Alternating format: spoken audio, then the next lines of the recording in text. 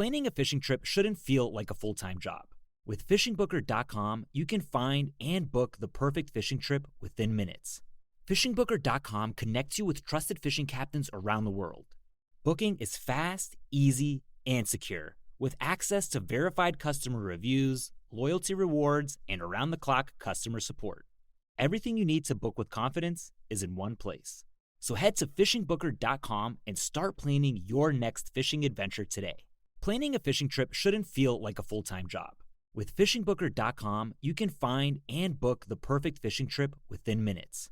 FishingBooker.com connects you with trusted fishing captains around the world.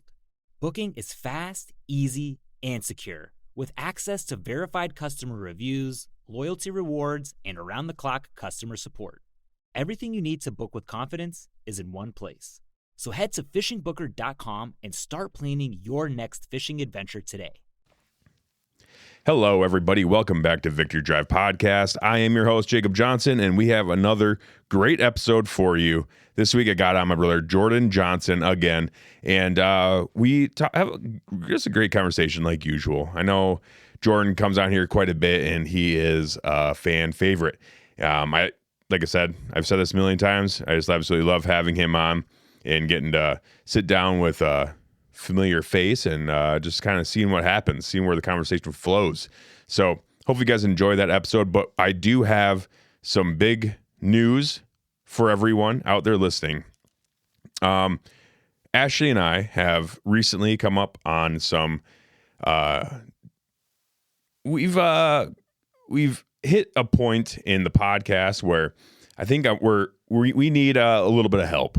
And I need to reach out there to all the podcast listeners and see if anyone out there knows anyone or is that person maybe that is interested in maybe getting into some video editing specifically for this podcast, and someone we can send some podcast episodes to get edited in for our YouTube channel and all that stuff, and any other video place we put them, like on Patreon and everything else. So if anyone out there is interested in a short-term internship that could possibly turn into something bigger, then let me know. We are looking. We have put some feelers out there, just incognito a little bit here and there.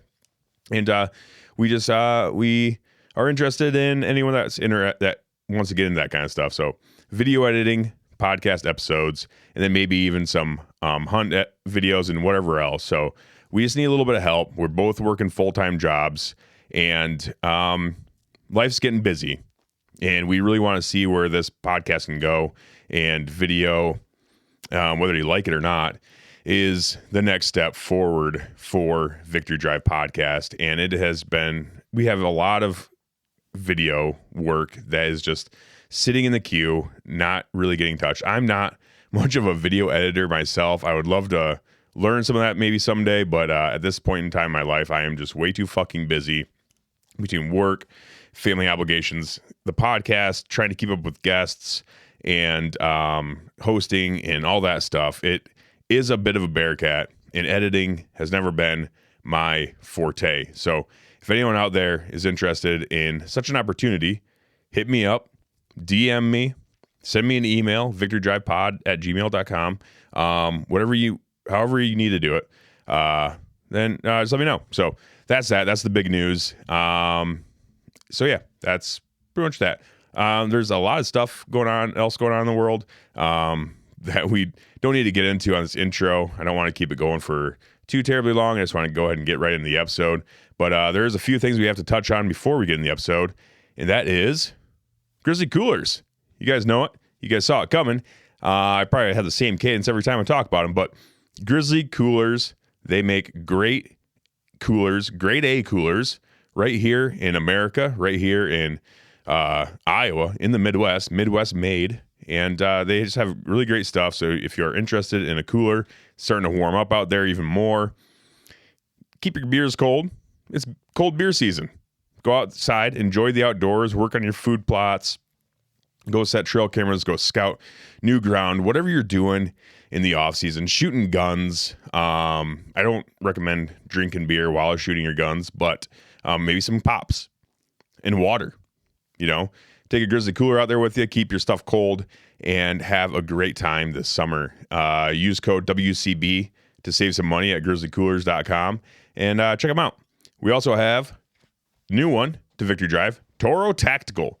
Toro Tactical is an online webinar service that it's very easy to get into. You just get on Toro Tactical, make an account, and if you guys don't know what webinars are, essentially or if you didn't listen to last week's episode or the week before that, you essentially get a seat at a webinar, you buy a seat, and then at the end of the webinar, they teach you about whatever item you decide to buy a seat for. They discuss that item, and at the end of the instructional video, then they give away that item that you just learned about to one lucky seat holder. So ToroTactical.com, use code WCB to save, I think it's 10%. Yeah, WCB to save 10% off your entire cart. So if you buy or order, 1, 2, 3, 4, 5 seats to these webinars, you can just use code WCB to save 10% off those seats. So with that said, go check them out. Show them some support, show them some love, and hopefully one of you guys out there can win a very nice item. There's all sorts of stuff on there. They have guns, they have other gear and everything else. So check them out. Use code WCB, save 10%.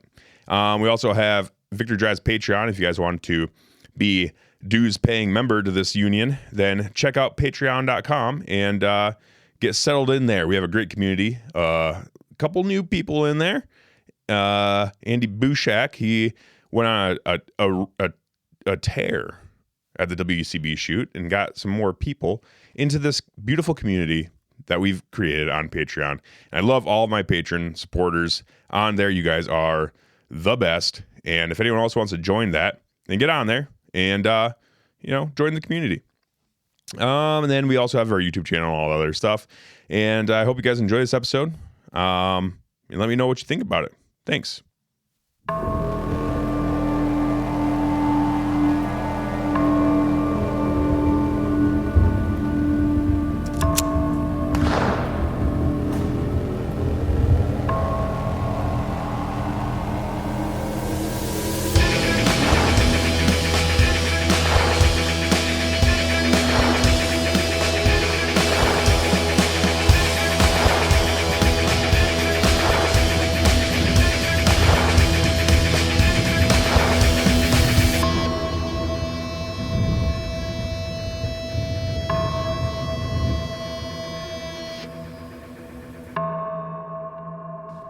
Hello, Jordan. Hello, Jacob. We're back again. It hasn't been that long, but it's nice to get on here and just kind of shoot the shit a little bit. Mm-hmm. What have you been up to lately? Just start there. Working a lot. Started doing Jiu Jitsu. Oh, yeah. That's right. How's that been going? Good. Yeah, so we've talked on a previous episode about our last Jiu Jitsu experience, and I broke some ribs. And you got diarrhea. Yeah. So I went back to the same place. They remember it? They remember all that? They don't remember the diarrhea, I don't think. Okay. I don't think. At least it wasn't brought up. But he did remember me getting my ribs fucking cracked up. And he remembered me, the main guy. Remembered who I was. So really? I don't know if he listens to the podcast or what. But anyway, it's good dude. It's a good place.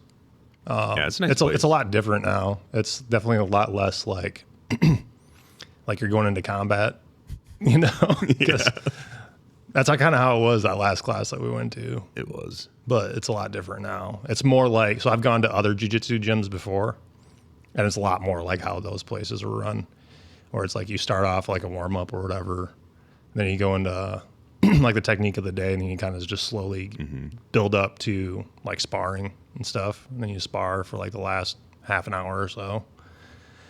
So you start off with instruction? Yeah. Okay. Yeah. Start off with like a technique, and then you drill it, and then you go a little bit harder, like trying to incorporate the technique, and then into live rolling. I say, because I only went to the one class, and it's obviously much different, but like we started off sparring. Yeah, it fucking kind of crazy. Yeah, no place I ever went to was ever like that. And I'm not talking shit. No, it's You know, fine. it's just, it was a different style, and like they're kind of under different affiliation now. So before they were under Guerrilla Jiu Jitsu, now they're under the Flow Institute. Oh, so they're under a different, totally Different jiu-jitsu affiliation. Yeah. Is it Brazilian jiu-jitsu? Like, is it like? I mean, as far as Yeah, like it's Gracie Jean de stuff goes? Ribeiro. Who? Jean de Ribeiro. So he's a very well-known professional BJJ guy. Oh, okay. His style is more like controlled and like technique oriented rather than like athletic. So there's basically like two styles of jiu-jitsu. It's like your super explosive, aggressive, athletic type, and then like the more calm, controlled, technique focused. So like Gordon Ryan is like a perfect example of somebody like more technique focused or more like calm. Gotcha. And then God, I can't really think of like a super athletic or aggressive guy that's like at the high level, but I'm sure there's a few out there. Roger Gracie's another like very controlled, very I think all the Gracies are. Calm. That's kind of like the whole point of jiu-jitsu from the birth of Brazilian jiu-jitsu was being like more technique focused. Because I think was it Elio Gracie was like the founder of modern day Brazilian jiu-jitsu that we know of. Yep. And he was a small guy, and it started with judo. It came from Japanese judo. yeah. And that was much more athletic. Like, you're throwing people around, you got to be fairly athletic, and he wasn't. He's like, fuck, what do I do? But there's also submission, so he just focused on the submission aspect of it and less of like the throws and fucking tossing people around judo style. Yeah. So that's the common belief, is that Helio Gracie was like a small, frail guy. It actually wasn't totally true. Oh, really? No. Go look up old pictures of him, dude. Really? Is he was fucking yoked? fucking cock diesel. Really? Yeah. And the Grace, and I don't know if you know this, but the Gracies come from like a very rich, upper class Brazilian family. I think I did know that, Okay, actually. yeah. Yeah. So Like, that was kind of like the myth like for the longest time, that Helio Gracie fucking- was like a weak, frail guy, like living in the favelas and stuff like that. And it's just, a No, lot of he it's wasn't not like really- he wasn't like giant though. Nah, I mean, not giant, but he was not like a little tiny nerd or anything. Let's see here. Let's see what he looked like compared to his like brothers and shit. Because I think that was kind of the thing that he was. He was like a way smaller, or maybe I'm thinking no. Fuck, Kimura Gracie's a thick motherfucker. Though, look at that guy. Holy shit! It's a big fella. It's a thick motherfucker. He's not a Gracie though. Oh, he's not. No, he's a Japanese guy. Oh, he's a Japanese dude. No, well, it makes sense with the name Kimura, I guess, doesn't it? I guess I don't know. I wouldn't call that like a small, frail person. No, I mean, definitely not frail. I mean, even look at like Hoist Gracie when he was in the UFC. He wasn't a small, frail guy, but they weren't like big. No, but what you're saying though is not totally inaccurate. Like the martial art was made for smaller people to dominate larger people. Yes. So like you could take like a 130 pound female and put her up against like a 190 pound muscular guy, and if she's trained and he's not, she's probably gonna whoop his ass. Mm-hmm. At least in a grappling match. Yeah. But even like doing jiu-jitsu, like you're gonna get in good shape if you do it a lot. Like Helio obviously did it a lot, so he's not gonna be a piece of shit, But Yeah. But there are still, I mean, dudes that do jiu-jitsu for decades and they're still string beans or fucking fat. Guy. I don't want to fuck his name up. Mitsumichi or something. Mitsumichi, whatever. He's a fucking like little. You know what I'm talking about? No. Oh gosh, he's the grappling champion of one fighting championship. Yeah. He's like the grappling, because one FC. The thing that's cool about them is they do mixed martial arts, but they also do Muay Thai competitions, and they do grappling like champions. They have all the different, and UFC is actually doing that now too, because I think ONE FC they're like, oh shit, they're not doing just MMA, they're doing all the other stuff too. So Yeah. like UFC is doing UFC grappling now and fucking Zuffa boxing and shit like that. But this guy, I think it's Mitsumichi or something like that. He's just he's obviously in really good shape, and he's fucking really good at what he does, but he's skinny. He's a skinnier dude, and he's kind of a nerd looking dude. He has like thick rimmed glasses and stuff, but he doesn't look like if you saw him in the street just in normal clothes, you'd be like, he's a Japanese guy. punk. No, he's like Italian. Oh, I think I know who you're talking about. Yeah, he's like a nerd looking dude. Big, thick, black glasses. Yeah. Like black frame glasses, yeah. Yeah, Musu Mitch. How do you fuck you say Mikey? Yeah, Mikey I know who you're talking about. Musumichi. Yeah. Mikey Fettuccine. Fettuccine Alfredo. He's like an Italian looking dude, right? Yeah, he's Italian. He's kind of sure. like Italian, right? Yeah, Yeah, I've seen him before. Yeah, he's good. he's not fucking giant. He's not a big dude. No. He's a beast. But that's kind of the thing with jiu-jitsu is that they're supposed to be more controlled. Yeah, but there obviously is like a strategy that if you're super athletic and aggressive and explosive, like, to monopolize on that. For sure. You see that a lot with wrestlers 100%. that get into jiu-jitsu. Like, they definitely will catch you off guard and dominate you. It's frustrating.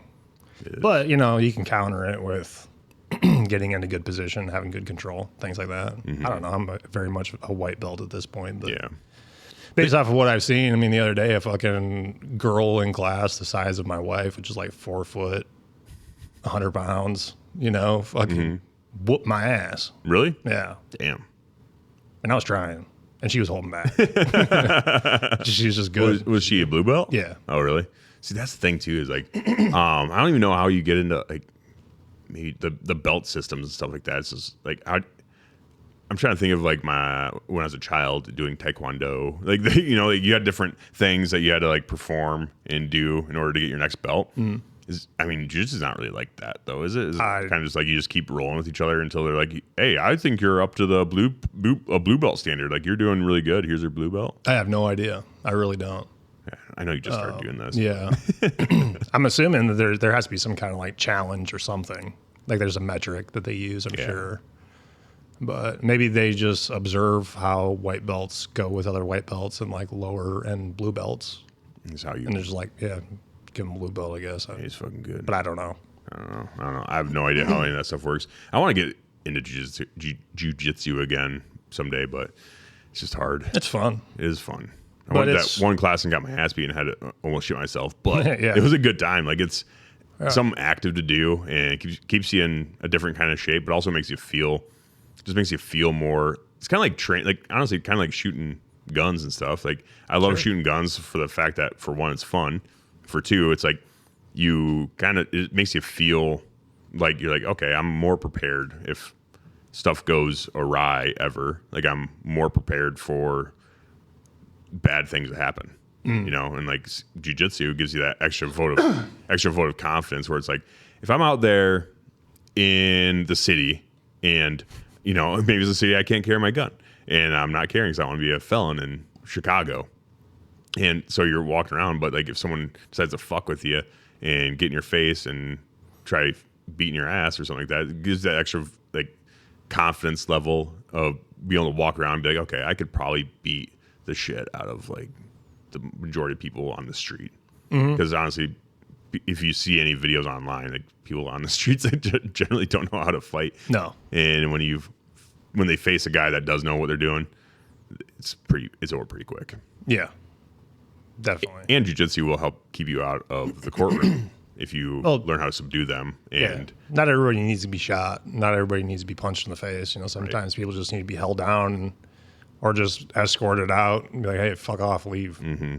I truly do think like I love shooting guns and everything else, and fighting. I used to fight MMA. We both did back in the day, and doing all that is like fun and makes you feel confident and everything else. But also on that flip side, it's like when you go from a situation and you go over the top with violence, like that's a weakness, I think. Where it's like not knowing how to pull back. Oh yeah. Like just going full, like you get in a situation where someone's talking shit and you just go full bore and fucking kill them, violently kill them, or fucking it's really easy to whatever do. it is, or beat the shit out of them so bad where it's just like you go over the top. You need to know how, like, when to pull back and be a reasonable person still. Like this country was built on reasonable people. If you look into like the law and the way laws are written, it's like, would a reasonable person did this person use a reasonable amount of force that a reasonable person would, like, reasonable always comes up in law,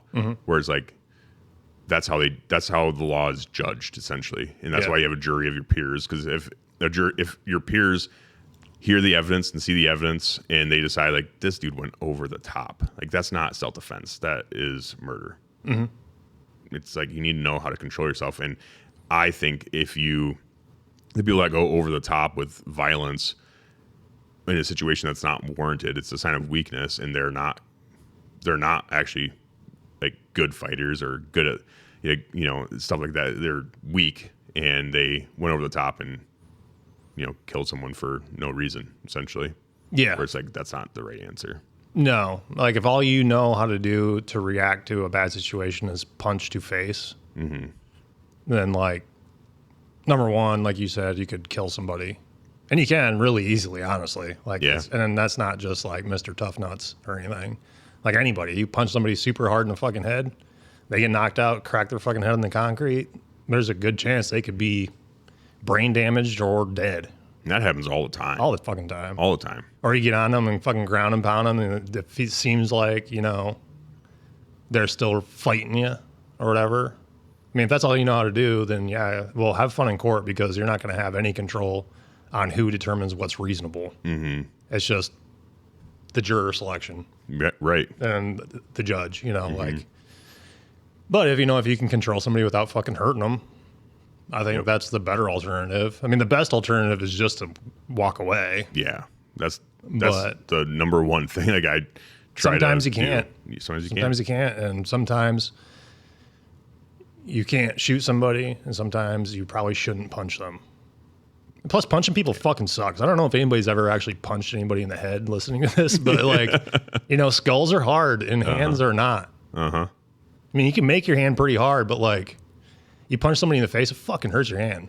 Yeah, like, there's a very good chance you're going to break your hand. If you miss a little bit and you hit him right in the forehead, good luck. Yeah, you're not going to win a forehead battle, dude. Just fist to forehead's not going to punch a brick wall. That's what it's like. Yeah, you'll give him maybe you'll give him a shiner or you know, a lump on their head. Maybe a headache if you hit them really hard, but it's going to hurt you way more than they're going to eat it, and then they're going to, you know, respond. You. Yeah. I don't know. I guess I just don't like hurting people. You know what I'm saying? So, like, for me, jiu-jitsu is kind of like the more practical option. Well, and plus, working in law enforcement. You're a good person, and I don't think good people really want to hurt other people. No. But if you have to defend yourself, like that's kind of the thing is too. I've had this conversation online with some people because I got back on Twitter or X. I got back in there a little bit. And back in the arena. I got back in the arena, dude. I'm in there. I'm just a fucking dog out there, dude. Just slumming it with the other degenerates on X. Yeah. But this conversation has come up a couple different times about like Christianity and fighting and war and all that stuff. And that's why the Catholics came up with like the just war theory. I think it was I can't remember his name. Augustus? Whatever guy. Sounds right. Yeah.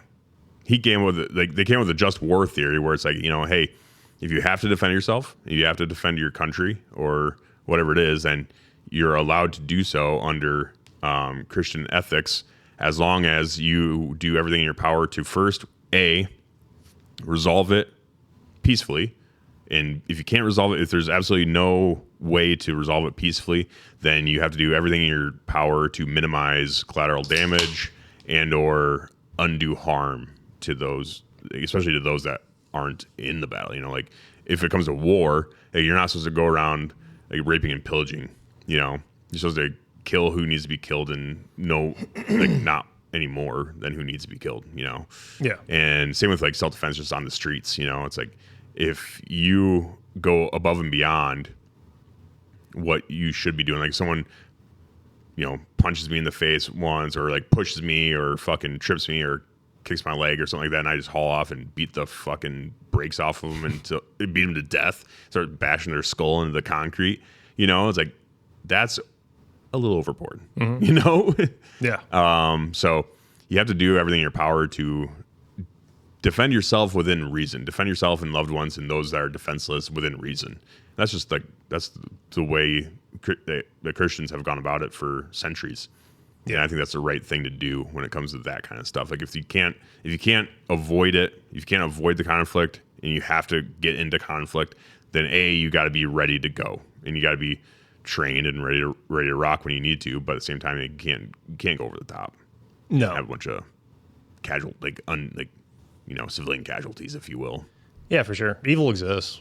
Mm-hmm. You know, you can't just put your head under a rock and pretend that everything's fucking great and perfect and everybody has good intentions, because it's just not true. Mm-hmm. But yeah, can anybody name me one pacifist in the Bible that's not Jesus? Yeah, well, even Jesus wasn't necessarily a Peter pacifist. Cut a fucking guy's ear off. Yeah, he did get, and then the pacifists or those other people that want to go about it, they'll say like, well, yeah, but then he got chastised by Jesus for it. It's like, yeah, Jesus told him like, Peter, put your sword away. Yeah. Then he healed the guy that got his ear cut off. Yeah. He healed him, and then he's like, all right, take me away. But Jesus knew, dude. That's the whole thing. It's like, yeah, Peter's like, bro, not my guy. And chops his ear off. And Jesus knew like this is his time. Like he's like, I have to do this. Like I have to complete my mission. Yeah. And he knew that he had to get taken in to do so. And he knew he had to get crucified in order to be the ultimate sacrifice for our sin, you know? Yeah. For human nature's sin. So he knew that all going into it. So he's like, Peter, I get it. He's probably, if I had ad lib here, I'd be like, Jesus probably like, Peter, come on. Like, put your sword away. Heal the guy. Like, I got to do this. This is my thing. Yeah, I think pacifism is completely failed logic. It's nice. It's nice on paper. Like, it sounds really good. Yes, it does. Like, it's, but if pacifism ran the world, if pacifism ran the Western world, like, there wouldn't be a Western world. No, the Nazis would have won. Yeah, Muslims would take over the entire world. Yeah, the Islamic State would probably. I don't know. Maybe if the Nazis won, the Islamic State wouldn't exist. Who knows? But honestly, you got kind of got a point there. But I'm not trying to make this sound like any kind of weird Nazi sympathy thing. No, Nazis are evil. Let's go ahead and preface all this. Nazis are bad. Yeah, Nazis not good. Glad we beat them. We beat them. So, but that's with. But if we were all a bunch evil of pacifists, still exists. Yeah, if pacifists ran the world, then the world would fucking burn. It'd be overran by evil. Evil. Yeah. Yeah, we have to stand. Good people have to take a stand eventually, and I do think there are more good people than there are evil people out there. It's just when evil people get in power, good people, they feel helpless and everything else, where they're like, fuck, what do? I just have to, I guess, go with it. Otherwise, I'm going to get murdered. I'm going to get killed or tortured or whatever by these evil people. Like, I don't think like all Muslims are evil. No. We're both in Afghanistan. Like, there's some really good people there. There's some very good Muslims out there. The problem is that in a lot of, I don't even know if I want to say a lot of Muslim countries, but when we talk about like the Islamic caliphates and stuff like that, like they're ran by evil people. Yeah. But it's because the good people don't see a way out, so they have to go along with it. Mm-hmm. So they feel their hands are forced at that point, But yeah, I don't even think Jesus was necessarily a pacifist. Like he just took it. He lived his life perfectly, and to be our, obviously to show us the way for one. But he lived life perfectly, and he didn't have to. He didn't really have to defend. He's God in human form, dude. Like he didn't have to do a whole lot of violence in order to get his point across, and he wasn't really. I don't know. In the Bible, was he ever? He wasn't really ever like attacked, to my knowledge. No, just the final one. The final one, but then he had to accept it, and like this is it. This is what needs to happen, kind of thing. But there's like verses in there, like if you don't have a cloak, sell your cloak and buy or if you don't have a sword, sell your cloak and buy one. Like he's telling people to get armed. Like he knows, like everyone knows, God knows, Jesus knows that in order for good to prevail, sometimes you have to do violence. Yeah. Sometimes it has happened. And also when he went into the temple and they were like gambling and doing all this other shit and having prostitutes all over the temples, he's like, what the heck's going on here? flipping tables. Like, that's not something a pacifist would do. They'd be like, oh, hey, let's talk about this thing. Like, I don't want to make you mad, And Jesus was very confrontational. He told people, like, when they're sinning. Yeah. And he told them, like, when it was very unpopular, like, he told the people in charge, all the Pharisees and stuff like that, he vocally chastised them and, like, whipped them with his words, if you will. That's not very pacifist. I'm just saying he never killed anybody. No. That's all I'm saying. He didn't really have to either, though. Yeah. And that's not why he came here, And that's why the Jews, back in the day, that's why they hated him too, because they thought that the Messiah was going to come in and be this warrior and be like, I'm the Messiah. Like, follow me, and we're going to destroy Rome. And he didn't do that. So the Jews obviously were like, well, this isn't our Messiah. He doesn't have a sword. He doesn't have an army. He didn't build an army to overthrow Rome. But if you really think about it, Christ did overthrow Rome, because after some time, all in due time, eventually, Rome did become a Christian empire, and then it fell. So Rome did get crushed, and it wasn't necessarily in the way that the Jews thought the Messiah was going to crush Rome, but it did get crushed eventually. Yeah. There's a thing you can spin where it's like Christianity did kind of, but Christ saved before it got crushed, So there's always that thing. I don't know. It's just I don't even know how we got in there. No, but where's it going? Self-defense and stuff like that. It's like, I think jiu-jitsu and stuff like that is a very good thing to know. And also the thing that's cool about jiu-jitsu is that it does train you in a way where you're in control, like trying to be in control, controlling someone else without them really knowing and stuff like that, and being in control and everything else. Unless you're Daniel Penny. Who? Daniel Penny. You remember that guy? I don't think so. So in New York a few years ago, this guy, Daniel Penny. Yeah, he choked that dude out. Yeah. Had him in a rear naked, and then he died. Yeah. But also, he wasn't going over the top. He wasn't beating the dude's face off with, he wasn't slamming him into benches and stuff like that. He put him in a rear naked choke until he choked him out, until he stopped being a threat. Once he was not a threat anymore, he let go and stood up. It just so happened that he never woke up. Yeah. Unfortunately. Yeah. That's unfortunate. But it wasn't Daniel Penny's intent to kill. Right. It's just his intent to subdue. Yep. Yeah. No. Helps with my job too. Yeah, it does. It'll definitely be easier to control people if I need to, and not hurt them or hurt myself, because I don't want to get stomped into a paste on the side of the road at 3:00 in the morning. Right. If I can hold somebody until backup shows up, that's kind of the goal. At least control them a little bit. Because contrary to popular belief, cops don't want to just go around killing everybody? No. Okay. That's good to know. No. I don't know. Maybe there's some out there that do. I don't know any. I feel like a lot of times those guys, they get sussed out pretty quickly. Yeah. And then they either do something before they start doing the killings. But usually, I don't think I've ever... I'm trying to think back on all the cop videos I've seen. And rarely are they ever really not justified, shootings and stuff like that. Yeah, I mean, there are some out there that are totally unjustified.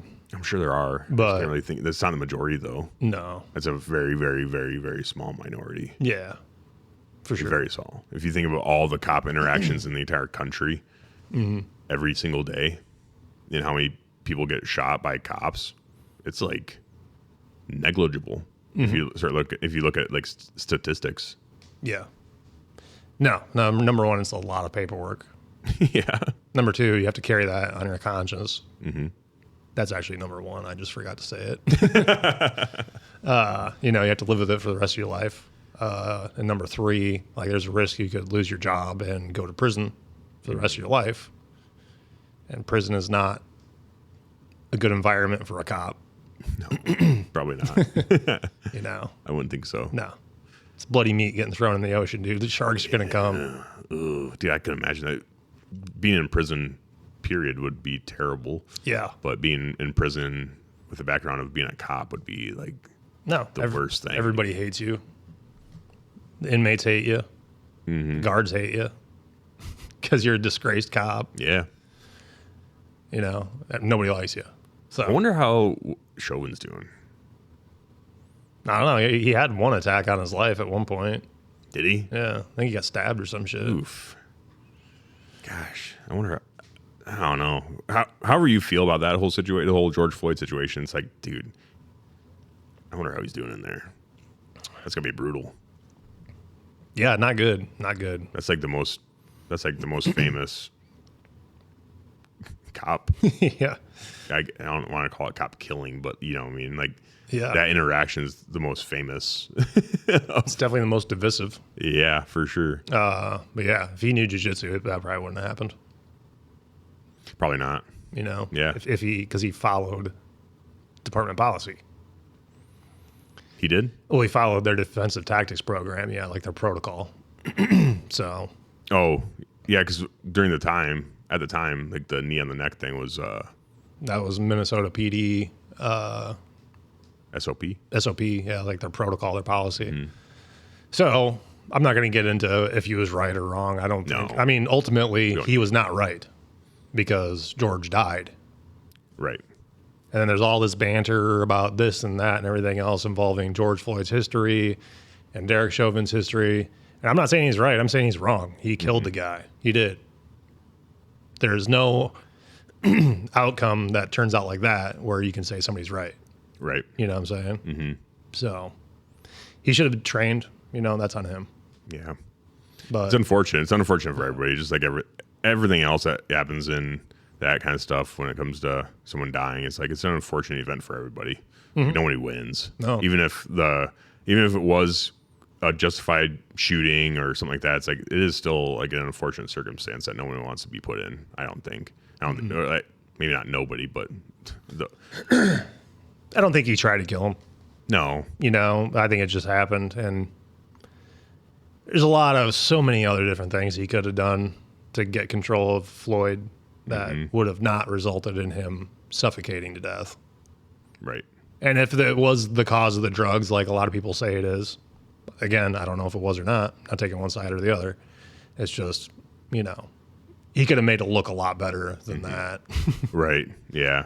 I mean, if he's going to die. On the neck, like, dude, honestly, that's like the cover of every punk rock album is like a cop's boot on somebody's head. You know what I mean? Literally. Like, it's such Literally bad is. optics. Very bad.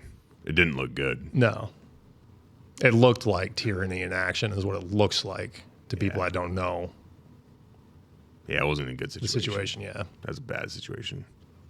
Either way, what do you do? Yeah. But yeah, I think that's a good thing. I think more cops, and that's the thing too. Is like, is your department paying for jiu-jitsu, or is that No. just something that you're doing on your own? I'm doing it on my own.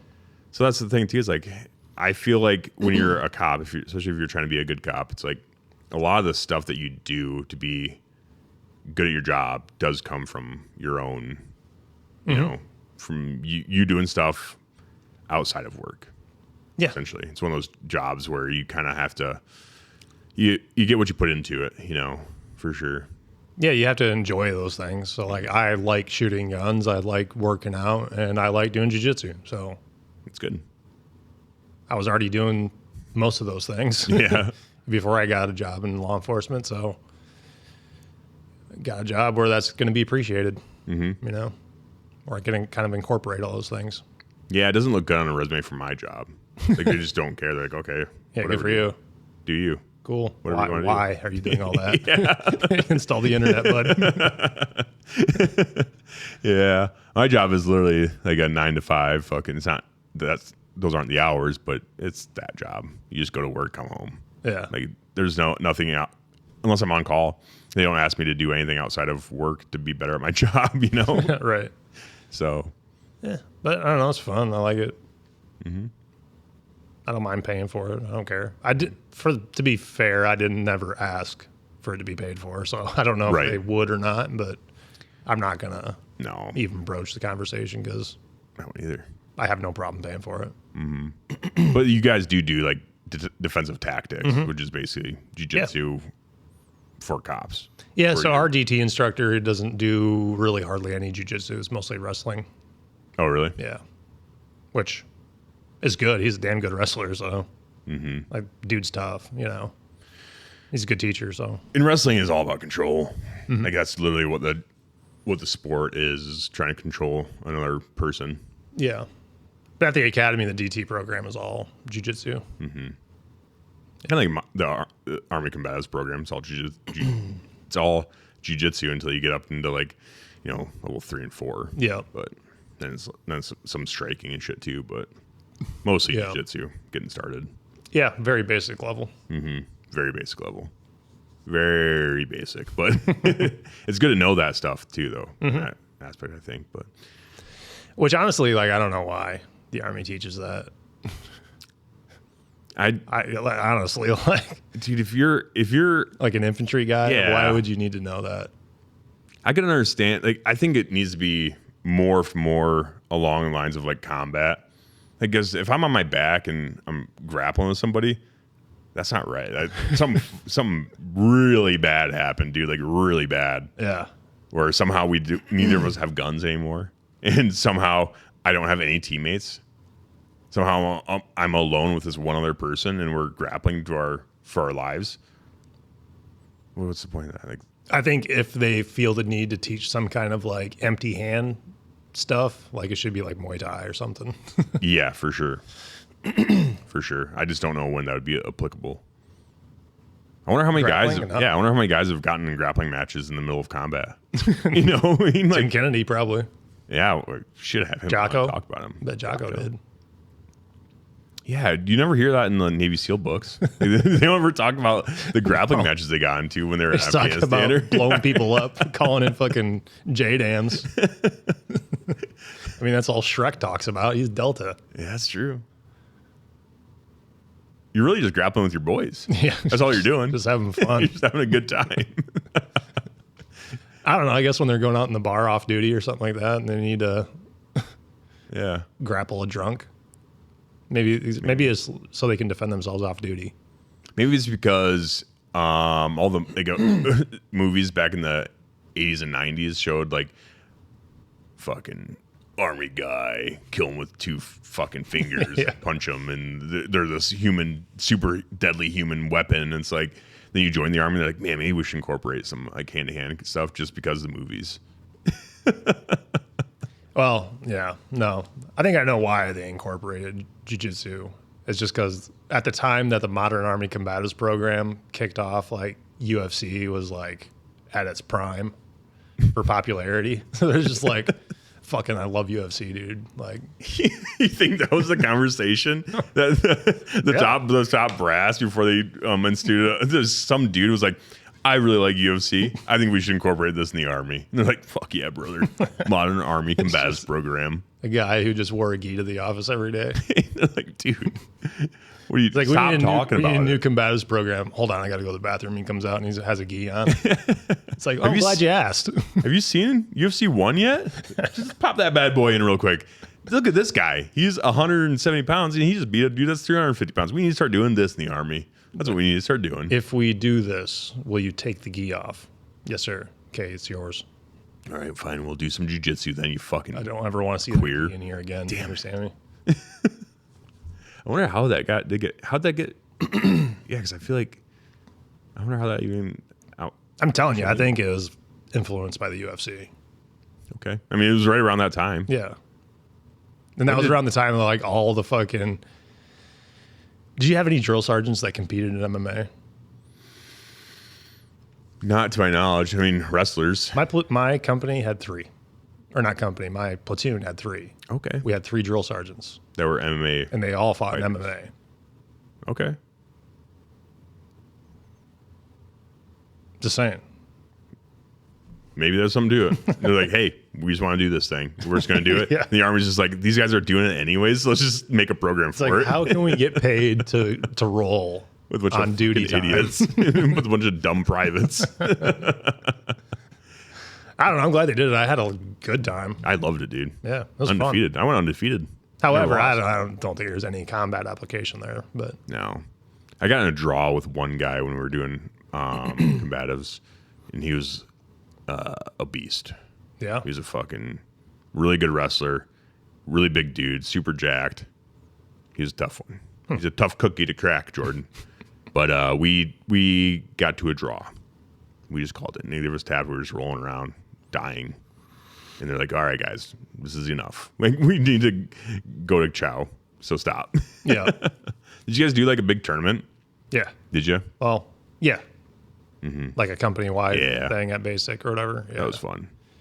Yeah. It's hard as fuck. On the line, though, never. No. I think we did the 9 years that I was it 9 years? 8 years I was active duty. Mm-hmm. Combatives one time. Yeah. Did combatives. No, I take that back twice. So we did Taekwondo in Korea. Oh, well, that makes sense. You're in Korea. We all got our yellow belts. So I got a yellow belt from Korea. Really? Yeah. Damn, I dude. didn't actually get the belt, but I got the certificate. You're a fucking, like, straight from the source. Straight from mama's teat. That's fucking badass, dude. And I'm going to be honest with you, dude. Taekwondo in Korea, totally different animal. Totally different. Really? We're doing throws. We're doing grappling. Like, actual, like, kicking bags and mat and mitts and fucking... I've heard that real Taekwondo is much different than the Taekwondo you get from a small town. It was fucking dojo. Oh, yeah, from a McDojo. It was very McDojo. When we were in Taekwondo as kids, Still is. it's McDojo, dude. Still the same people running it, too. Yeah. Whatever that's called. ASICS, AISCS, or whatever the fuck Yeah, it is. so it's called something different. I'm not going to name drop them. But, What? They're pretty widely known. I mean, it's the American Taekwondo Association, whatever that's called. yeah, AITS, yeah. Yeah, those guys.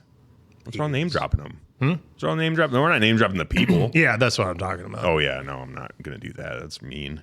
But, I mean, I've heard that, honestly, from Joe Rogan. That's who I heard it from.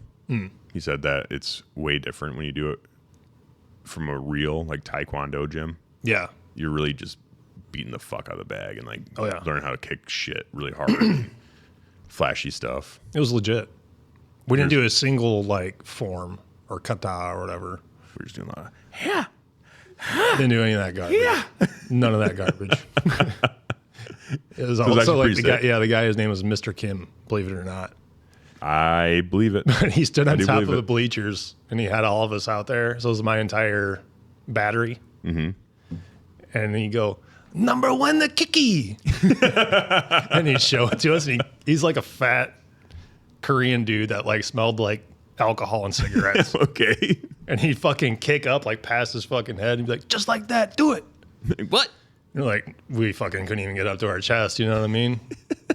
And we just sit there and do it and do it and do it. And then you go like, "Number two, a kicky and punchy." So you have to kick and punch it? Yeah, it was like whatever, you know, like he called out. I can't remember exactly what all the, I'm a very bad yellow belt, dude.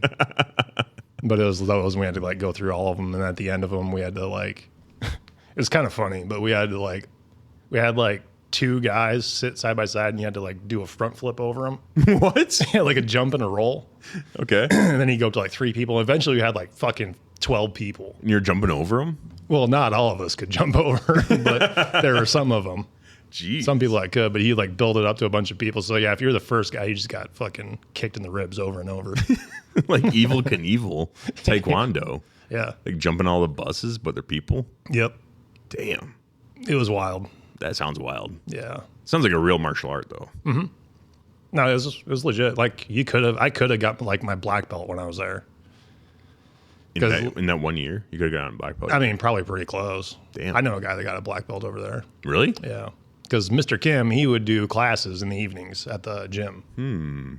Why didn't you? It was like $20 a month or something like that. What the hell are you doing? I was getting drunk. I was getting drunk I was lifting weights and trying to get swole, but I got swollen, but just bloated. I got drunk, I was dude. drinking soju, Shit. my friend, smoking cigarettes, Yeah. making techno with my bud Tully. Techno. What? Dude, me and my buddy Tully, man, he lived off post. So I met this dude at WLC, shit. the Warrior Leaders course. Yeah. And him and I were massive alcoholics at the time. Okay. And he's sober now, too. I talk to him every once in a while. Good guy. Damn, Korea. But he lived off post. Mm-hmm.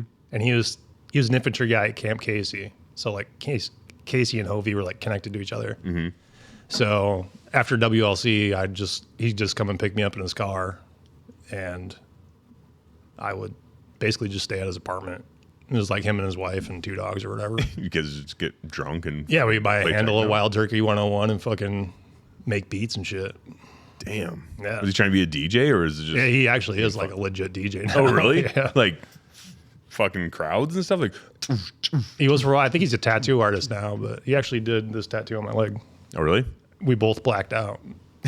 He blacked out while he's doing it? Yeah. Well, blacked out way before.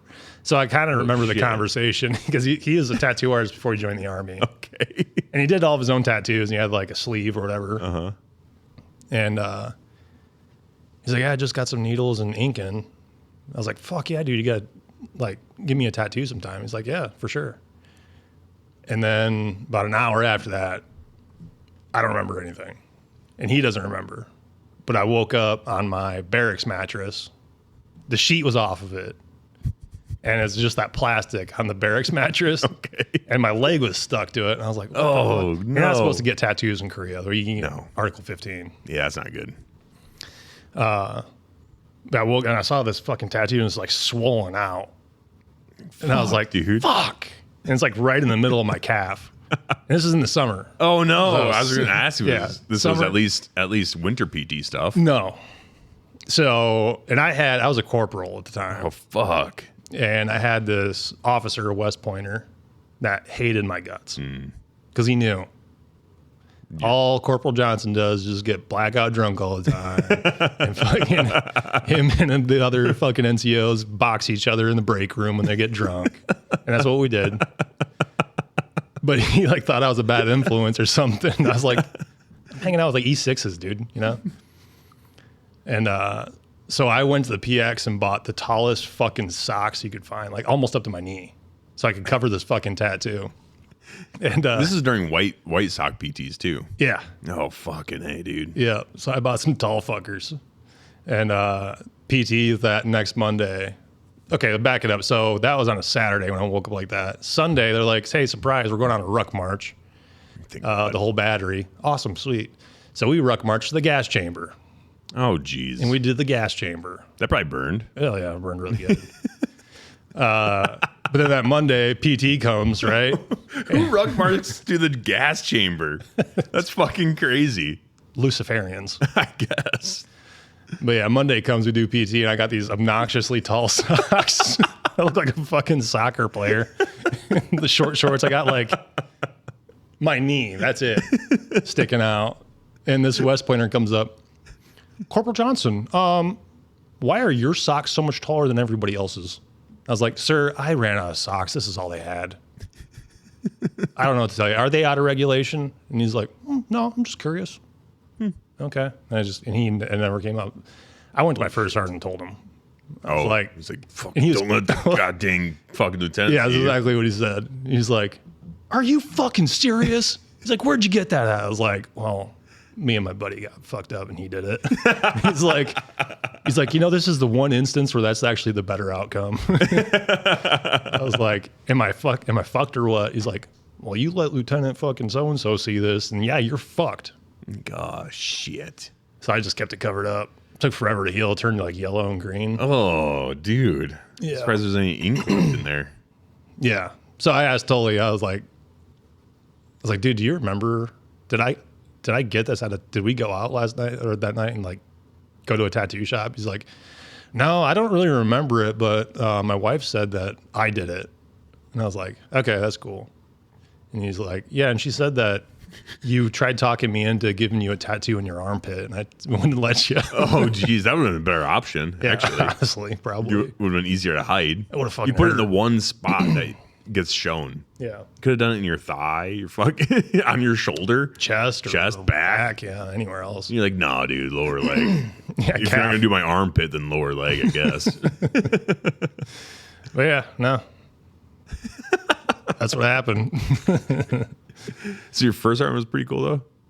Yeah, he was the man, dude. Okay, good. He was awesome. Dude, officers suck. Yeah.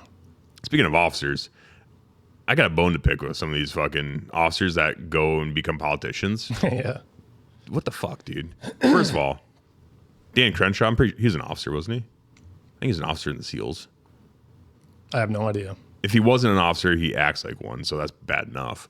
But like I've been seeing a lot of shit about like these veteran politicians, especially the Democrat ones, like Jason Crow and I think his name's Dan Helmer. They're like they're Democrat politicians and they're anti-gun. And it's like, for me personally, dude, because they always start out like this, like, as a veteran. First of all, that's like a thing that triggers me already a little bit, where I'm like, I'm probably not going to respect you after what you say. If you start off with, as a veteran, I believe this, therefore you should too. If you say anything like that, it's like, I'm a big believer in, like, if you have good ideas, say them.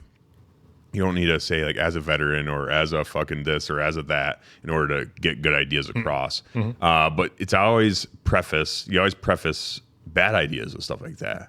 And they always, both of them have posted and said stuff like this or said on the campaign trail, like, as a veteran, I feel like weapons of war shouldn't be in the hands of civilians. And it's like, I just don't think there's a worse veteran out there that's like, respect me for being a veteran while I fight to take away your constitutional rights. Yeah. Like, that's fucking crazy. Yeah, it's a retarded take. Yeah. And Jason Crow was an Army Ranger, dude. Mm-hmm. He's like a legitimate Army Ranger and like deployed a few times and stuff like that. 3 tours, I think. Yeah, 3 tours. Afghanistan and Iraq. Like, what are we doing, dude? CIB, Bronze Star. Well, the Bronze Star thing. Was it Bronze Star with the V? I don't think so. I don't think it's just regular Bronze Star. They get those. It's a gimme. Yeah, if you take a shit overseas, then you got Bronze Star if you're an officer. Let's face the music here. True. Yeah. Like, we've seen officers come back from deployments and they get Bronze Stars and they never left their Ranger Edge. But yeah, he was Ranger Edge. So he probably did some shit. Yeah. And then he's going to come home and be like, yeah, you know what I want to do is run for office in Colorado and fight to destroy the Second Amendment. Like, you swore an oath to defend the Constitution against enemies, foreign and domestic, and then you become a domestic enemy. Yeah. Like, what the fuck, dude? That's like one of my biggest pet peeves, actually. He's a Colorado politician, dude. He's following the party line. Yeah. I don't think he has any ideas that are his own. He's just has this asinine, like, position, you know, where he's like you said, yeah, as a guy that carried a gun for a living, I don't think anybody else should have them. It's just like an appeal to authority, you know? Like, I have so much experience killing people with guns. Right. Nobody deserves to have those. And it's just, it's an L take. It is an L take. Sorry, fuck. Are you all right? No, I'm just dried up. You got this fucking light that coming right in your eyeball. Yeah, I do. Is it brutal right now? Can't see anything. Holy shit. That's crazy. I just realized that. Let's take a quick break real quick. Zootopia 2 has come home to Disney Plus. Let's go! Get ready for a new case. We're gonna crack this case and prove we're the greatest partners of all time! New friends. You are... Gary the Snake. And your last name? The Snake. Dream Team. And new habitats. Zootopia has a secret reptile population. You can watch the record-breaking phenomenon at home. You're clearly working at Zootopia 2. Now available on Disney Plus, rated PG. That's crazy. I was just looking over at you and you're like squinting. You're like, oh, fuck. I'm like, damn. I just realized that was like going straight in your eyeballs. Yeah, it's all good. So in my kitchen, I have this one window that just blares rainbows straight into your eyes because Ashley put this little film over there to make it look nice. And it's all rainbowy, I guess, when it comes out, which is great for this month, I guess. But not great when it's in your eyeballs. No, it's not. I've sat over there before, and I just realized I'm like, that's Yeah, this is much more comfortable. Yeah. It's actually a lot cooler now. Yeah, it was kind of hot. That thing puts out some BTUs. Fuck yeah, it does. The window. Some UV. Sun in general. But anyways. But yeah, fucking anti-gun veterans. To me personally, are just like the worst people ever. And it's like, you're such a just a complete coward's take, in my opinion. And I don't know who needs to hear that, but it's like, I don't know. It just bothers the shit out of me, Jordan, is all it is. Yeah, it bothers me too. I hate it. I can't stand it. Mm-hmm. I think like the only like veteran politicians that I can respect are people that just don't talk about it. Yeah. Unless it's like a foreign policy decision. Yeah. Or something, then I can kind of respect it a little bit. Even if it's a foreign policy decision that I don't agree with. Right. It's like, okay. Because there's one thing where it's like if you're making foreign policy decisions going over there and experiencing it does lend a little bit of credibility to it. Mm-hmm. Not saying that if you can't make good decisions just while not being over there ever, but at the same time, like that does add a little credibility. But when you're coming around and you're like trying to espouse your experience as a veteran and then using that in order to attack like our constitutional rights, like that's the one thing that it just really irks me a little bit. But like what's his guy's name, Nick Freitas. Mm-hmm. I like him. He talks about it a little bit, but he doesn't really, he's not like I don't think I've ever heard him say like, as a veteran, here's my take, now respect it kind of thing. Yeah. And that's the other thing, that Dan guy, he's a Virginia delegate in Virginia, and so Nick Freitas was too. I think, or maybe he still is. Either was or is, but like that Dan Helmer guy, he just posted something too. He's like, as a veteran, fucking gun. Virginia's making really good headway on gun control, and we need to pump the gas, like put our foot in the gas, and get the rest of this across the finish line. It's like, Virginia, do you know that Virginia passed like some really huge sweeping bills? No. They did. They're fucking like, they passed all the gun laws, like assault weapons ban, magazine capacity bans, all the stuff, like all the things. Red flag laws, under 21 can't buy a gun, all the things. And get wrecked, loser. Yeah. That's what's going to happen. The thing that's weird about Virginia is because it's so close to like DC and shit too, and they have so many DC like scumbags living in Virginia. Yeah, that it really has taken over that state, which is really sad because Virginia used to be a pretty sick state. Like the governor before Spanberger was a Republican, but they had a lot of Democrats like basically running the state, so he just vetoed all the shitty bills. And then because in Virginia they also have a thing where I think you can do 2 terms as governor, and then you can't run again. But you only have to sit out 1 term, and then you can run again. So Glenn Youngkin was the governor, and then he did his term, and then Abigail Spanberger, which was a CIA operative, by the way. Nice. Now she's governor, and she's like, give me all the gun control bills. And like right off the rip, they're like, here's the gun control bills, and she's just like, no problem, fucking signed. So now Virginia is just fucked. Yeah. Like super fucked. And this Dan Helmer guy's like sitting there, as a veteran, I think that we should not have guns and stuff. It's like, dude. It's totally unrelated too. Like the veteran appeal to authority for gun control. Yeah. Has nothing to do with it. No, it doesn't. Like, and it's a lame take. It's like, oh, because you carried a gun for a living means that you're the subject matter expert on who can have them and who can't. That's what they try painting it as. Yeah, it is. Yeah. But since I carried a gun, I know what these weapons can do. Guess what? So did we. Yep. And we don't think that way. So does everyone. You can't just like that. Well, that's why it pisses us off so much, because they're saying like, as a veteran, I speak for this community. Mm-hmm. It's like, number one, we're not a community. Yeah. Like, I don't know you, and so far I don't like you. Yeah. You're not in my community, bitch. So don't just keep the V word out your mouth. Mm-hmm.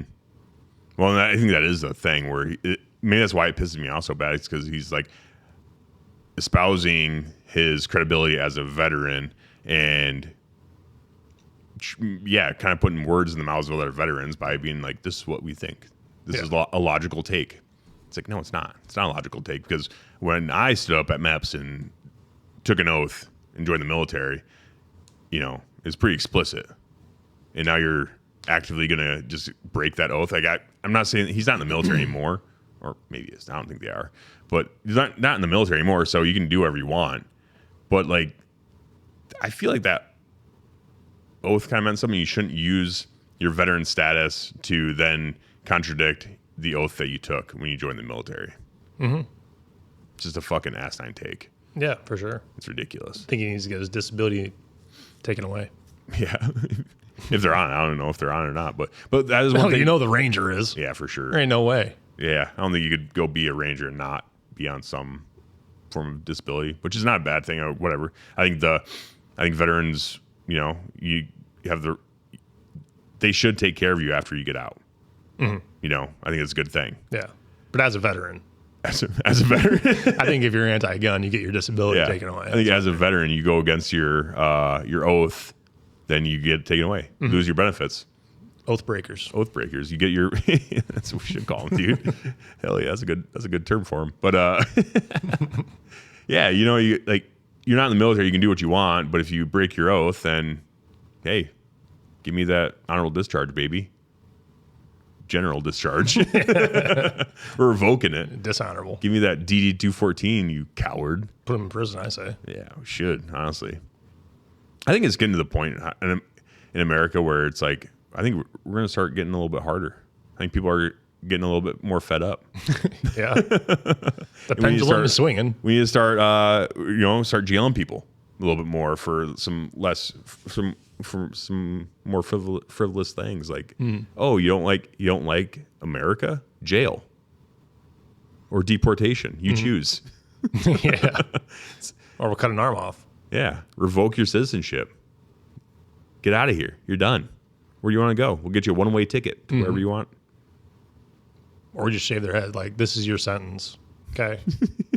You have to shave your head for the rest of your life. If you get caught with hair on your fucking head, straight back to jail. You just resorted to being a skinhead. So we know who they all are. Yeah, I like that too. I mean, it worked for Inglourious Bastards. That's like their terms of their probation. Yeah. And well, actually, I think Democrats did say that about us during COVID. What? Put us in camps. Yeah. Re-education camps. Yeah. Doesn't have to be in I'm just talking about the oath camp. breakers. Yeah, the oath breakers. Like, I think as veterans, we all need to come together and say, look, this guy's up there trying to take our guns away. How do you feel about tar and feathering? It's kind of brutal. Yeah. But it does get the point across. It does. Also severely maims people. Yeah. Some people probably end up with feathers forever. Yeah. Stuck in their skin. For sure. But all I'm saying is, like, the founding fathers, they did some extreme stuff. I mean, there's extreme circumstances, dude. Mm-hmm. Yeah, I don't know. I think that we just need to ignore dumb people. It's hard to ignore them when they're in charge. Yeah, in charge of Colorado, which, let's be honest, it's a failed state anyway, just like Minnesota. Yeah, but still part of the union. Tim Walz, he constantly, as a fucking veteran, as a sergeant major, never fucking deployed. Yeah, he actually wasn't even a sergeant. Yeah, as a frocked sergeant major. That's how he needs to say it. As a frock sergeant major. Yeah. As a fucking fat loser. As a fat fucking coward frock sergeant major. Mm-hmm. I still laugh every once in a while thinking about people driving past his house and calling him a retard. That is hilarious, dude. Or our president calling him seriously retarded. That is hilarious. Which, I mean, honestly, not wrong, but at the same time, that is hilarious. Yeah. That is like an objectively funny thing.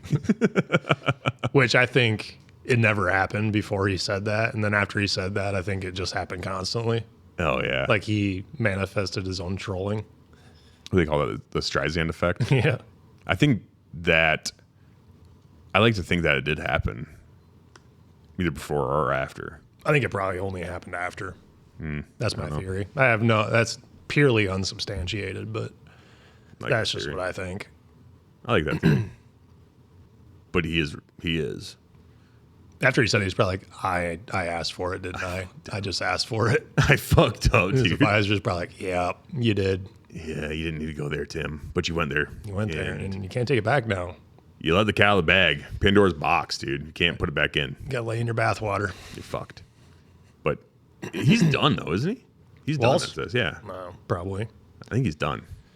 I don't know, man. Like, he's in there right now, but I think he's done. I'm going to be honest with you. My thumb has not been on the pulse of politics, dude. No, but they are our neighbors. Oh, I have been paying attention to Minneapolis PD, though. That's been pretty funny. What they've been doing?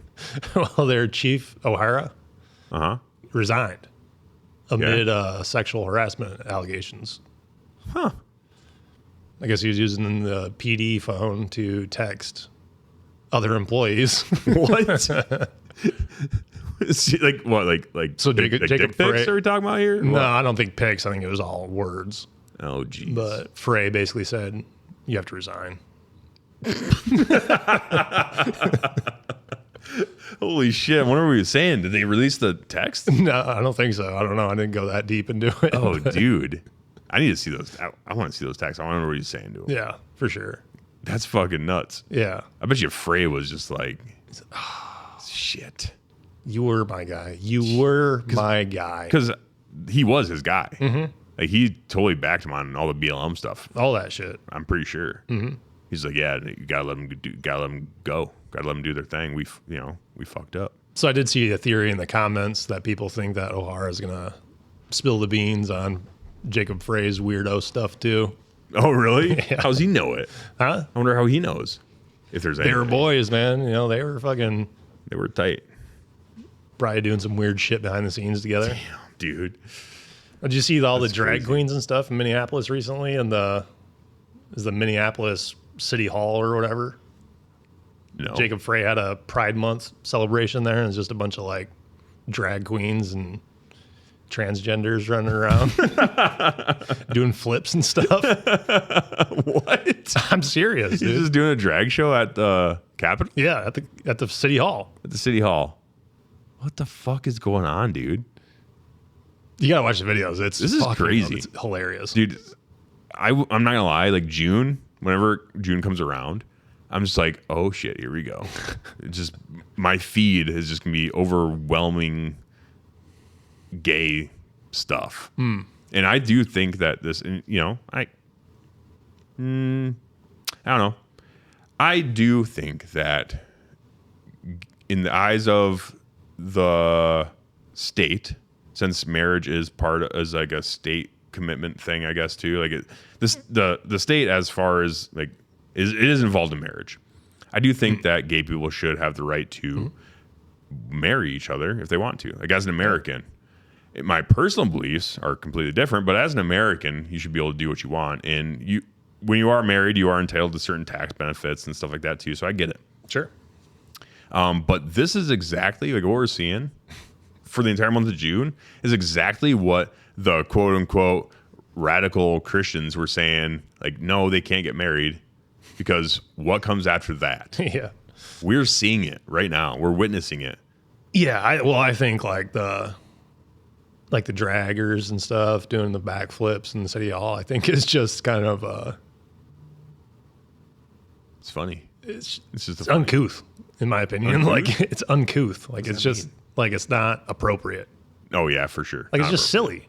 It is silly. Like, what if some like comic nerd was the mayor of Minneapolis and he's just like, yeah, I'm gonna have like Batman and Spider-Man dudes dress up and like run around for a little bit. I would still think that's inappropriate. It's still weird. It's like, I think there's a certain like sanctity involved in it, like yeah. it's like the political high castle or whatever, Mm-hmm. I think it needs to be treated with like a certain level of seriousness. Yeah. Don't get me wrong, dude. I have no problem with drag shows. I go to them all the time. You know what I mean? I drag myself. Ah, all right. Yeah, now we're getting there. Yeah. It's time to come out of the closet, Jordan. No, I don't do any of that. But I don't have a problem with it if that's what people want to do in their free time. And, as long as it's not like at the local library in front of children or something. I don't care. As an American, do what you want. Go for it. But also, we do have rules in polite society. Yeah. And man, they're pushing it. They're pushing it. Just saying. But this is exactly what the quote unquote radical Christians from the 90s were saying. They're like, once we open this box, where does it go from there? Yeah. Can't put the lid back on. Now we're seeing it, dude. It's insane. It's really wacky. Yeah. It is what it is. That's just Minnesota for you. It's not. And Virginia and Colorado. We can turn this around. And I think the normal gays are getting pissed off too. They are. I think the normal gays, like the people that when everyone's like talking about gay marriage, like, well, yeah, Bob and Tom should be able to get married. They love each other. They love each other. They're on the Bob and Tom show all the time. Looking at each other's clearly eyes. love each other. They clearly love each other. They should be able to get married. I agree. Mm-hmm. I think Bob and Tom should be able to get married. Yeah. In America, where we're free. Yeah. I don't think that Bill should be able to do strip teases in front of children. Right. Yeah, I agree. 100%. Yeah. I think that kind of stuff, like the drag show stuff, maybe it does need to be in the closet still. You know what I mean? Like, do what you want to do, but do it over there. Even if you like, want to be... just have strippers stripping in the city hall either. Well, no, definitely not. We can't do that. No. We can't have titties flopping everywhere. Nope. This is polite society we're living in still. Yeah. And I think that what you're seeing is what it's the libertarian thing where it's like, yeah, libertarian works as long as we're all fucking normal people. Yeah. But we're not. No. Libertarianism doesn't work. No, it doesn't work. It doesn't work, dude. And it's a goofball concept. It is a goofball concept. And there's a lot of recordings out there with me defending it. And I'll just say, oh, yeah. Hey, I was working through something. Okay. I was going through it. I was seeing what happened, dude. I was just trying it out. I was a libertarian for a very long time. Uh-huh. And like, honestly was, you know what I mean? But like you said, it's a thought exercise. That's all it is. That's what it is. And it's like, well, okay, I could either continue to live in fucking fantasy land or just be a real normal person. Mm-hmm. You know? Libertarianism and communism are very similar in the fact there's they're opposite sides. There's opposite sides of the utopias, but they're both utopian dreams. Yeah. And they're never going to work. No. Neither of them. Nope. Communism would work if everyone's super nice to each other. Mm-hmm.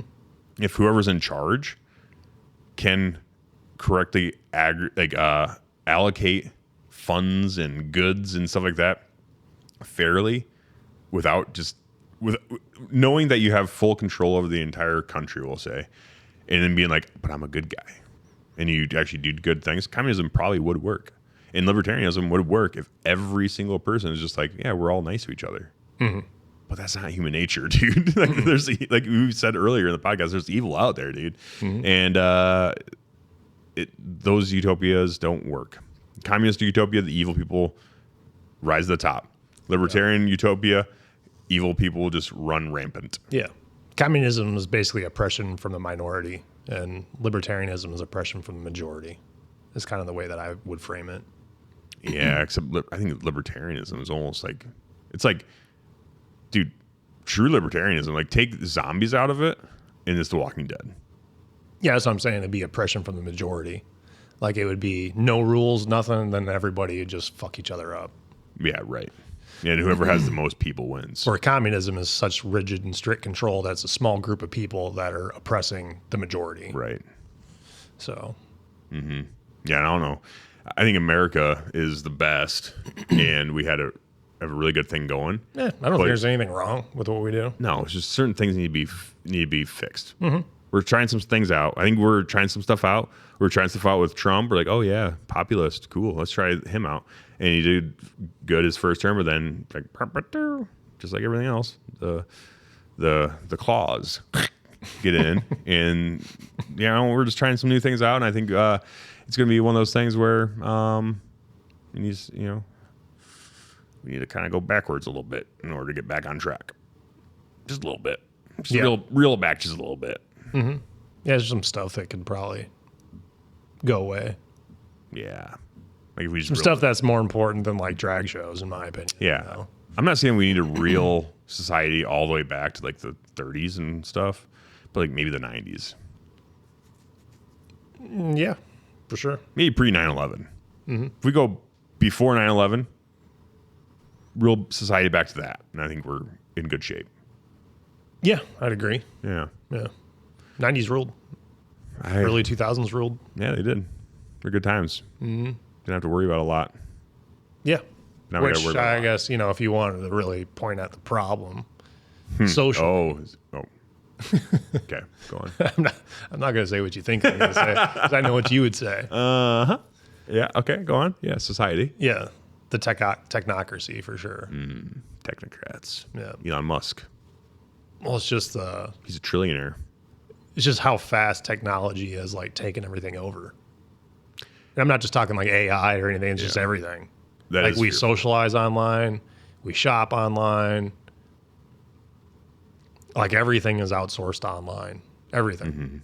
I thought for sure, honestly, like, oh yeah, technology is going to start booming, and then we're going to have more information. No And we one's going to do. be able to lie to us anymore because Yeah. we're going to have all the information, and we're going to be better off for it. Turns out that a lot of information is false, and there's so much false information out there, and there's so much lying going on there that we are still very subject to propaganda. Oh yeah. And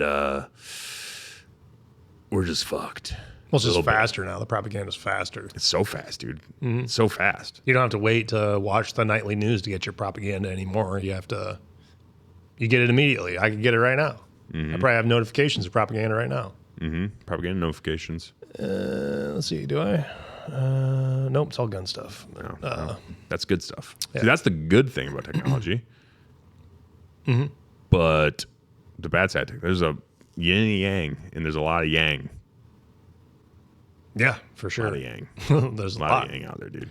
I don't know. I think there needs to be more restriction on. Because I don't know, like, what the answer to that is. Violence? No, of course. I'm not saying against people. Against the robots, brother. Yeah, I don't know. Data centers. This is going to sound very authoritarian, but like, at least social media, I think, needs to be like government capped per person. Like you get 20 minutes of social media every Yeah. day. Make it a good one. So like with Charlie, we have her phone limits, and her phone just basically stops working. Besides calling and We need texting. that with adults. Yeah, maybe that's not the wrong answer. That is pretty authoritarian, but at the same time, like, I don't know. I'm not saying we need authoritarianism, but we need people to start self-control. We need more people to have a little bit more personal responsibility. That is one thing that I do think the society is lacking, is that we overemphasize rights and never talk about the duties that come along with it. Yeah. You know what I mean? Like, because when this country was stood up, it was very much like a give and a take. Like you get rights, you get your rights, but there are duties that come along with this. Like, you have a duty to do things.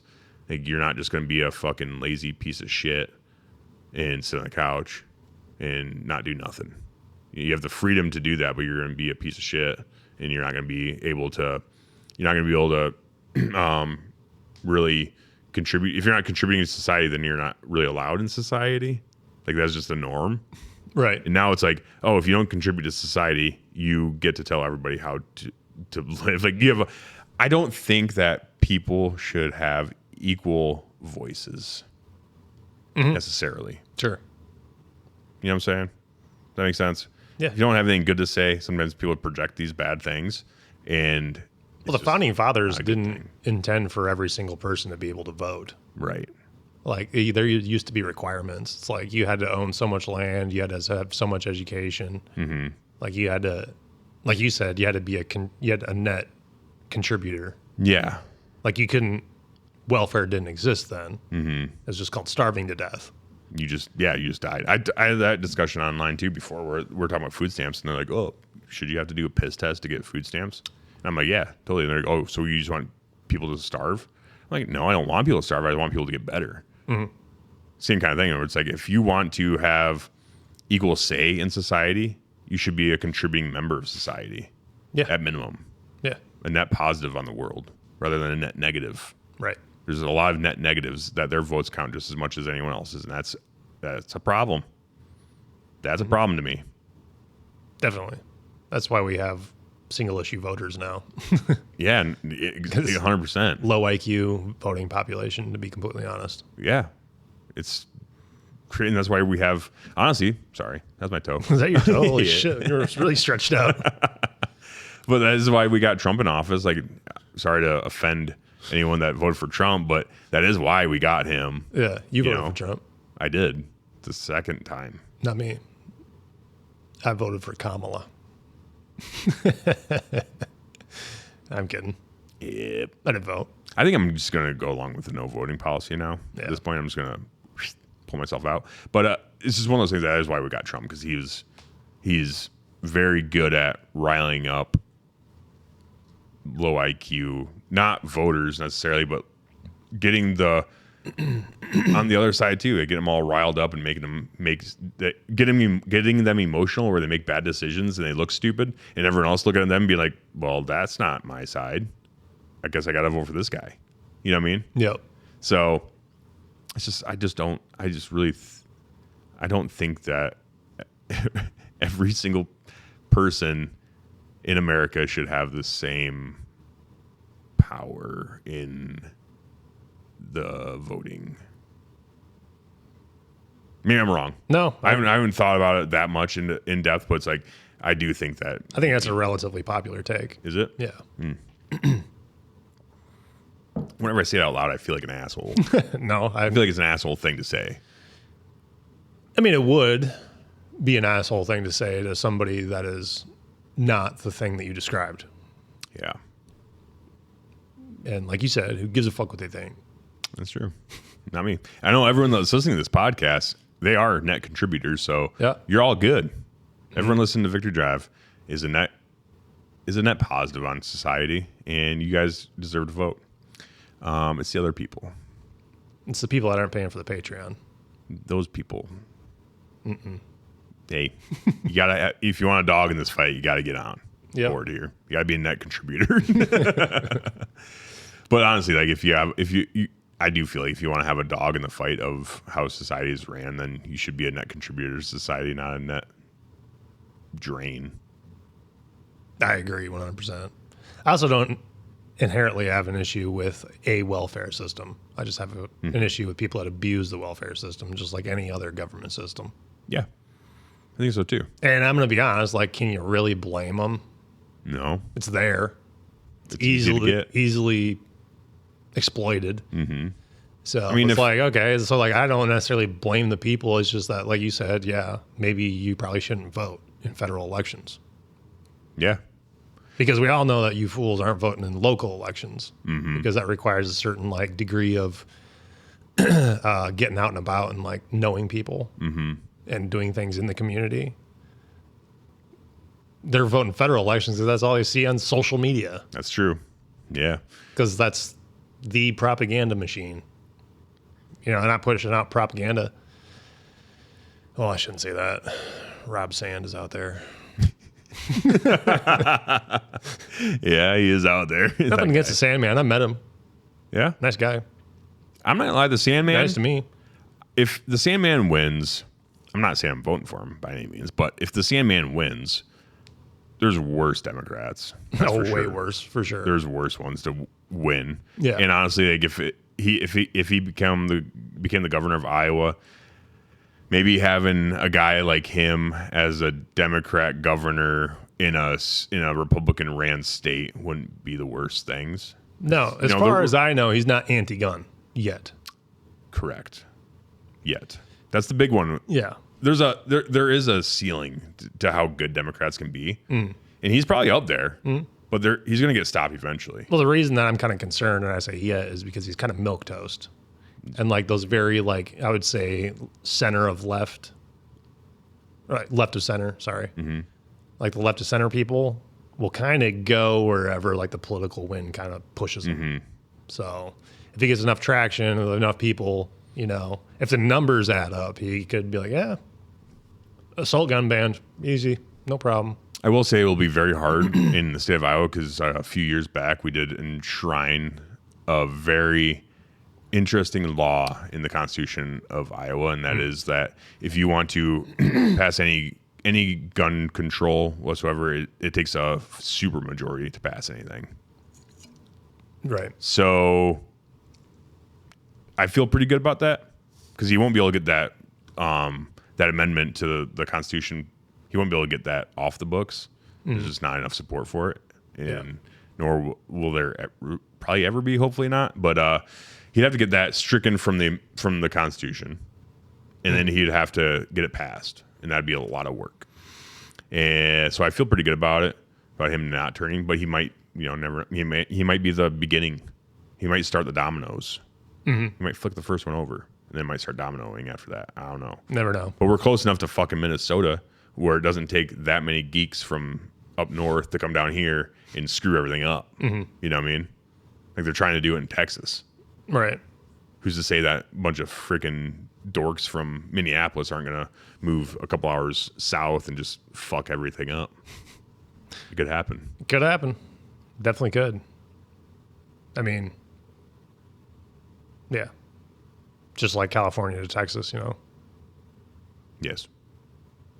And in a state like Iowa, there's not that many people. No. So it wouldn't take that many people to screw everything Yeah. up, honestly, unfortunately. Yeah. Which is the thing that's saving Texas is that there's a shit ton of people there. So it'd take a lot of people to migrate over there to screw everything up. So, but I don't know. Hopefully not. We'll see. If it does, I guess just kick rock somewhere else. Move, I guess, yeah. Where to? I don't know. Tennessee? Minnesota, I guess, since all the weirdos are going to come down here. Yeah, we'll move up there and just take all the lakes. Like, you guys screwed this up, so now we're all going to move north and take your state Yeah. and just have all the lakes. Rebuild the Twin Cities. Which, honestly, Minnesota's a pretty dope state. It is. And the Twin Cities are fine if you stay in the right areas. Well, yes. For the most part. I mean, You just got to... there's far fewer nice areas now, but there's a lot of stuff to do. Oh, yeah, for sure. It's a big-ass city. I've been there for years. Yeah, I've been there a few years ago. Maybe 4 years ago. That part of town was pretty rough. You got some stuff There's figured a out. lot of homeless. Really? There was a homeless lady ODing on something right outside the venue. How did they survive the winter? They move? No. This was in the summertime. But I've been up there in the winter. Same place, same scurvy area. Yeah, they still hang out there. Damn. They have like fenced in areas that all these people stay in, dude. And they just look at you from the chain link with their fingers. What? Yeah. Like a dog pound? It's like Holy a fucking shit. zombie quarantine area. Yo. That's what it looks like. Huh. But this venue, you have to park in the back and then walk through like the alley to get to the front, and then that's where you enter. But between that, there's the venue, and then there's like a old Walgreens that didn't survive the riots. 'Cause all the windows are busted out. There's graffiti all over it. But they have that entire parking lot, that Walgreens, all fenced in now. And there's just a bunch of homeless people living in there. Damn. So you have to walk between like the venue wall and then the fenced in area. It's like, I don't know, 4 people wide. Yo. But me and Zach Like saw reaching that. at you like, "Rah!" They're trying to grab They're you. mostly minding their business. Oh, that's good. There was some barf on the sidewalk. Yuck, dude. And then that lady ODing Oh. in front of the venue, and the security guard just kind of grabbed her and drug her away. Jeez. I wonder, would that be a bad thing to like figure out the homeless stuff? Could we not just section off an area of the country to like put them?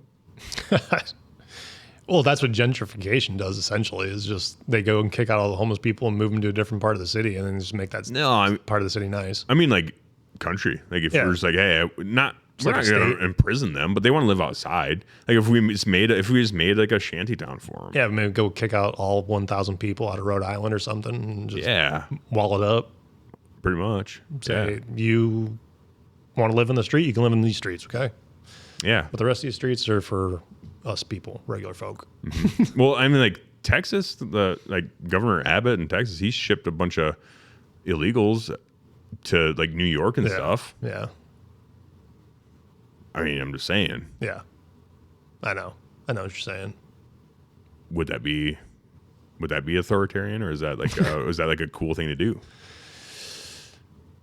I don't think a whole lot of people would have an issue with it. Yeah, now I'm thinking about it. Like, yeah, we could just sacrifice a small area of the country, like Rhode Island, like you said, or, you know, if we really want to get crazy, New York, whatever, just throw them in there, dude. Just Virginia. Like, there you go, Virginia. I see. Why not? Like Put them Ireland. right outside of the White House. Okay, now you're talking. We just start Now you're talking my inward. language. We start around the White House, and then however many people it takes to go outside of it, that's the new state of homeless land. Yeah. Yeah, we'll call it Homie Land to make it sound nice. Homeland. Just call it Homeland. Homeland Security. Or Homeland we Security, can dude. just call it DC. Yeah, right. But it definitely have to be like a thing where I'm not saying they have to be like, you wouldn't be able to lock them in there, No. but like people can't go in there and help them, like get them out. That's why an island would be nice. So we just like, you know what I mean? They'd have to swim to get back to normal life. Yeah, but in all seriousness, I think there's more practical approaches to the homeless thing, the solution to homelessness, that just aren't being tried for whatever weird reason. Like changing all of society. Yeah, like, you know, instead of like getting them a house and then rehabbing them, how about rehabbing them and then getting them a house? Well, they have to want to rehab first. And they don't want to. A lot of them don't, no. So, yeah, I don't know. Rhode Island, DC, Homie Land, Homeland. Yeah. I don't know. That is a tough cookie to crack because it's like I feel like the homeless, they just given up on society and given up on themselves and given up on everything. They're like, I don't. I'm good. I'm just good doing what I'm doing here. Yeah. But we can't have that. Luckily, we don't have any here in our area. That's why I like rural America. Because ain't no one wants to fucking be homeless out here, dude. Well, there used to be a solution to homelessness, and that was jail them. Like, if you get caught sleeping outside at night, you go to jail. But a lot of cities don't do that. No, because it's And mean. that's where you see rampant amounts of homelessness is in like LA, for example. They won't lock them up and say, we will continue to arrest you if we catch you sleeping outside at nighttime. You know what I'm saying? Yeah. That's, I think, is the only solution for it to be less of a problem than it is currently. Definitely can't make it comfortable. That's this Yeah. issue. Like I want people to get better and get like, all the things. You know, kind of like what we were talking about with food stamps and piss tests and stuff. Like, yeah, I think you need to not necessarily starve to death because I don't think anyone should die, but you need to sting. It needs to sting a little bit. It needs to sting pretty bad in order for you to want to get your life right. But we also have to, as a society and a culture, we have to like give them some like a reason to do well. You know what I mean? Like if money isn't, you know, a thing, it isn't a motivator for them. Like something's got to motivate. If you can't do it the nice way, then unfortunately the only thing left is the mean way. Yeah. You know, kind of like, I'm sick of breaking big rocks into small rocks. yeah. Maybe I'll get a job. Yeah, to put it in small terms, like if I have a kid, like, hey, little Billy, if you do well, if you do well in school, I'll give you an ice cream party or a pizza party. Pizza and ice cream party if you do well in school. And they're just not doing good in school. It's like, all right, hey, I'll give you a really big pizza party and have all your friends over at the end of the year if you get really good grades. And then you just keeps getting Fs. It's like, all right, you get one more F. You're fucking grounded, asshole. One more F. Yeah, now you're grounded. You're doing landscaping. You're going to do hard labor and figure out that school is not that bad. Yep. You know? Could have had a pizza party. Could have had a pizza party, but you didn't want You one. chose chores. You chose violence today, bud. That's what you did. You chose violence, and now I gotta do it. Now I got to take you to the mats. I gotta take you to the. I gotta incentivize you in some way, whether negatively or positively. And if positive reinforcement doesn't work, then we gotta go negative. Yeah, I'm going to tenderize you. We gotta tenderize your little ass, dude. We just gotta tenderize some homeless asses a little bit. I think maybe some of them. I don't know. Yeah. Anyways, I think we solved the world's problems today, Jordan. Hey, that's what we do. I appreciate you coming in. This has been fun. And maybe next time we'll solve more of the world's issues. I'm looking forward to it. Hell yeah.